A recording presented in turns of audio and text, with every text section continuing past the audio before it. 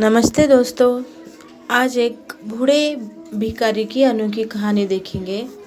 हर दिन एक भिखारी दरवाजे के पास आकर भीख मांगता था और घर का मालिक हमेशा घर के बाहर आते ही उसे देखकर फिर जाया करता। कई बार उसके लिए गालियां भी बकता। वो कहता, तू जिंदा ही क्यों है? पूरी जिंदगी ऐसे ही भीख मांगेगा क्या? धरती का बोझ क्यों बना बैठा है? और कभी कभी उस भिखारी को गुस्से में वह धक्का भी मार दिया करता।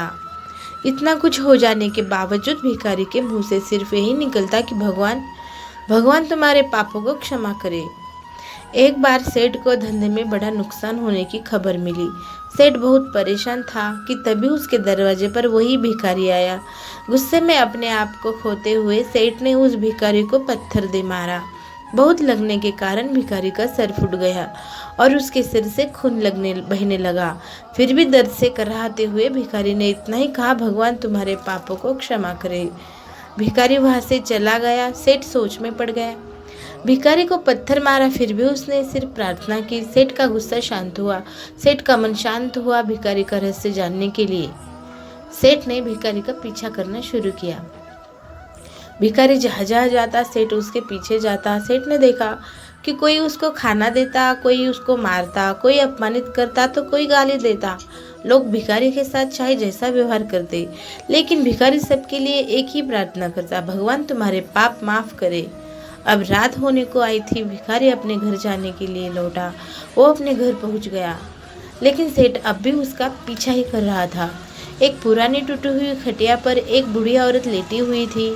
काफ़ी कमज़ोर और बीमार लग रही थी। वह भिखारी की पत्नी थी। अपने पति को वापस आता देख वह खाट से उठ खड़ी हुई। पत्नी ने अपने पति के भीख वाले कटोरे में देखा, उसमें सिर्फ आधी बासी रोटी थी। उसे देखकर वह बोले, आज बस इतना ही मिला?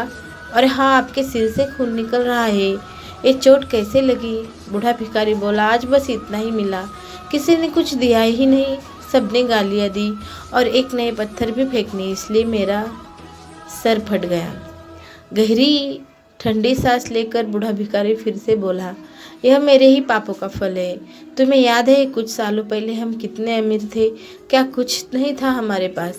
हमारे पास हर चीज़ ज़रूरत से ज़्यादा थी, लेकिन हमने कभी दान नहीं किया।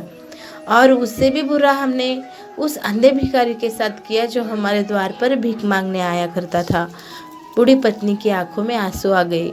वह बोली, हाँ, हम उस बेचारे अंधे के साथ बहुत बुरा करते थे, उसका अपमान करते थे, उसे खाने के लिए रोटी की जगह कागज़ दिया करते थे, उसका मजाक उड़ाया करते थे और कभी कभी मारा भी करते थे। मैंने कभी उसको रास्ता नहीं दिखाया।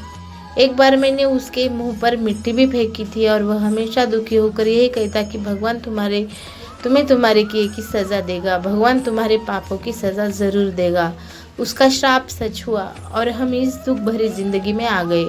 भिखारी बोला, हाँ, उसका श्राप सच हुआ, इसलिए मैं किसी को बद्दुआ नहीं देता। चाहे कोई मेरे साथ कैसा भी बर्ताव करे, मैं हमेशा उसके लिए प्रार्थना करता हूँ। मैं नहीं चाहता कि कोई भी हमारे जैसे जिंदगी का अनुभव करे, किसी को भी हमारे जैसे दुखों का सामना करना पड़े।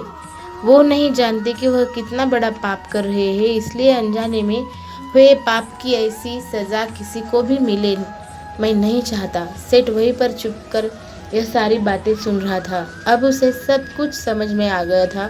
भिखारी और उसकी पत्नी ने वह आधी रोटी मिल बांट कर खाए और भगवान को धन्यवाद बोलकर सो गए। अगले दिन बड़ा भिखारी फिर से भीख मांगने गया। सेठ के घर के पास जाते ही सेठ ने पहले से गर्म रोटी या उसके लिए निकाल कर रखी थी। उसे देते हुए सेठ विनम्रता से बोला, माफ़ कर दीजिए बाबा, उसे बहुत बड़ी गलती हो गई। बूढ़ा भिखारी बोला, भगवान तेरा भला करे। इतना कहकर वह आगे निकल गया।